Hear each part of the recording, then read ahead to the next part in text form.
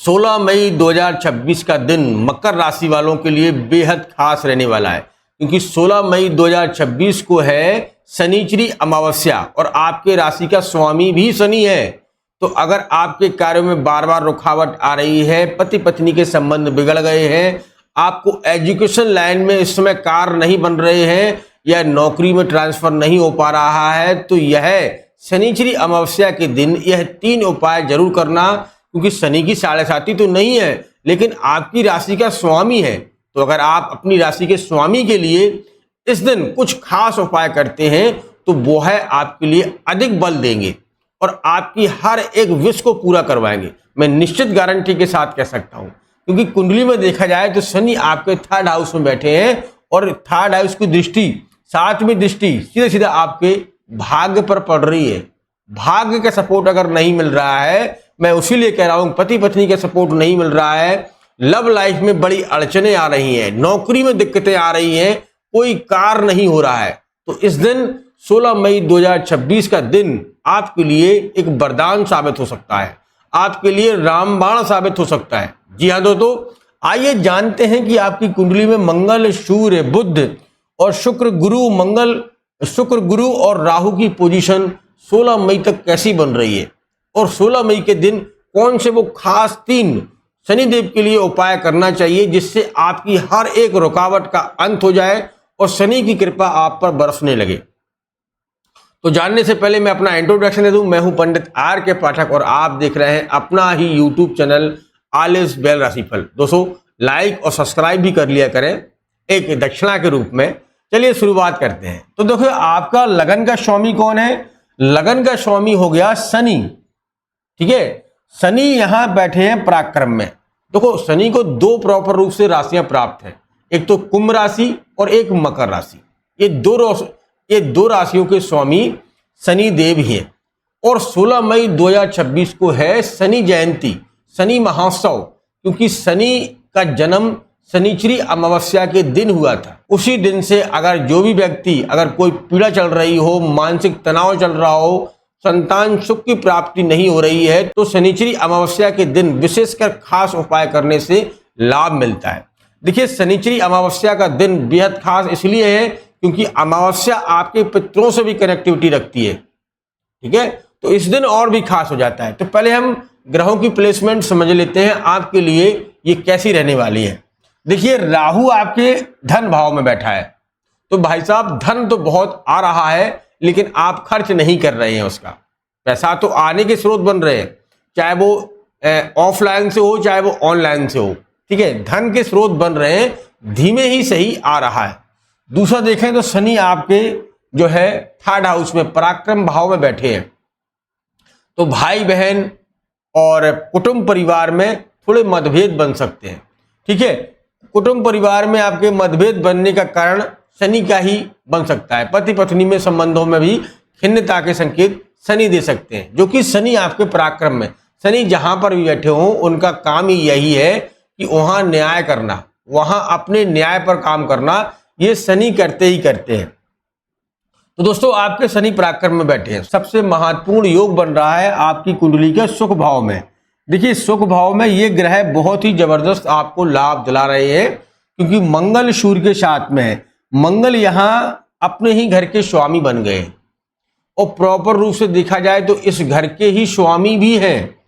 सूर्य यहां उच्च के बैठे हैं, क्योंकि यहां 1 लिखा है तो सूर्य उच्च के हो गए, और साथ में बुध है। अब ये तीनों ग्रहों की दृष्टि कहां बन रही है? तीनों ग्रहों की दृष्टि आपके 10वें में बन रही है।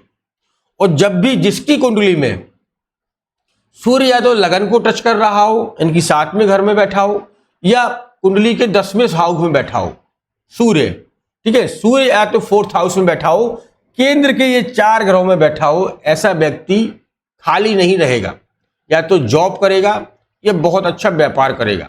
अगर बुध साथ में है तो व्यापार की ओर ले जाएगा, नहीं तो वो जॉब एक उच्च शिखर पर करेगा। शासन सत्ता का जो है हकदार रहेगा, उसे शासन सत्ता अवश्य प्राप्त होगी। अगर सूर्य इन 4 ग्रहों में बैठा है, अगर उसकी 10वें में दृष्टि बन रही है, तो यह मानकर चलिए कि आपको एक योग क्षेत्र में ले जाएगा और आपकी पोजीशन भी बहुत स्ट्रांग करेगा। अगर आपकी कुंडली में 10वें में टच कर रहा है सूर्य, और अगर मंगल भी टच कर रहा है तो एक प्रशासनिक क्षेत्र में, राजनीतिक क्षेत्र में एक उच्च पद प्राप्त हो सकता है। और ऐसा पद नहीं, आप कहीं सीएम पीएम की पद तक जा सकते हैं, ये मंत्री पद तक आपकी पहुंच बन सकती है यहां पर। और बुध का कॉम्बिनेशन भी साथ में बन रहा है, तो व्यापार, देखो यहां तीन चीजें, एक तो नौकरी, आपका व्यापार और पिता, ये तीनों चीजें इस घर से निकलती हैं। तो तीनों ग्रहों यही इस घर के स्वामी भी हैं। यहीं पर मंगल उच्च के होते हैं, यहीं अगर सूर्य पहुंचे हो तो सूर्य का ही दृष्टि बन जाती है, और बुध बैठे हैं तो यहाँ बहुत अच्छा व्यापारी बनता है। तो ये तीनों ग्रहों की यह युक्ति बन रही है कि आपके लिए शनि की कृपा अवश्य बरसने वाली है, आपके हर एक कार्य में आपको लाभ दिलाने वाली है। मानसिकता, थोड़ा चिड़चिड़ापन आपका हो सकता है, क्योंकि दोनों ग्रह अग्नि तत्व के हैं, सूर्य और मंगल अग्नि तत्व के हैं। तो यहां गुस्से पर आपको कंट्रोल करना है, गुस्से पर आपको कंट्रोल करेंगे तो आपको लाभ मिलेगा। पांचवा देखें तो यहां शुक्र आपके पंचमेश बने हैं। जिन लोगों की कुंडली में शुक्र पंचमेश बने बैठे हैं तो निश्चित तौर से संतान सुख, अगर देरी हो रही थी तो संतान सुख आपको प्राप्त करवाएंगे। शादी सुख वह है, आपको माता पिता का सुख, आपको पुत्र का सुख, आपको पत्नी का सुख या पति का सुख। यहाँ पांचवें घर में शुक्र का बैठना ये आपके वैवाहिक जीवन को और भी मधुर बनाएगा, शादी संबंध के योग भी बनाता हुआ दिखाई दे रहा है। अच्छा, गुरु की बात हम कर लें तो गुरु इस समय छठवें घर में बैठे हैं, और छठवां घर हो गया यहाँ बुध का, और बुध ही स्वराशि बने हैं। तो यहाँ इंतजार करना पड़ेगा आपको 2 जून का। 2 जून को जैसे ही गुरु बृहस्पति एक्टिव हो जाएंगे, आपके जीवन का खेल बदल जाएगा। सीधा दृष्टि आपके लगन पर पड़ेगी, लगन आपका बलवान हो जाएगा। 1 2 3 4 5 भाग्येश पर पड़ेगी, आपका भाग्येश बलवान हो जाएगा, लाभेश बलवान हो जाएगा।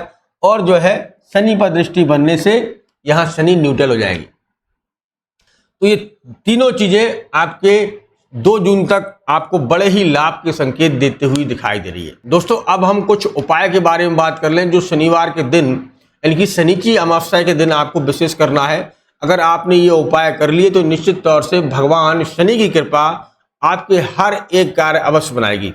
देखिए, आपकी राशि का स्वामी शनि ही है, तो इस दिन अगर आप उपवास रख के शनि की पूरी श्रद्धा के साथ में पूजा पाठ करते हैं, चाहे आपके पास 1 रुपये हो या 1000, लेकिन श्रद्धा अवश्य होना चाहिए। ऐसा नहीं कि आप दिखावा करें, पूरी श्रद्धा के साथ, पूरी लगन के साथ शनि की सेवा करिएगा।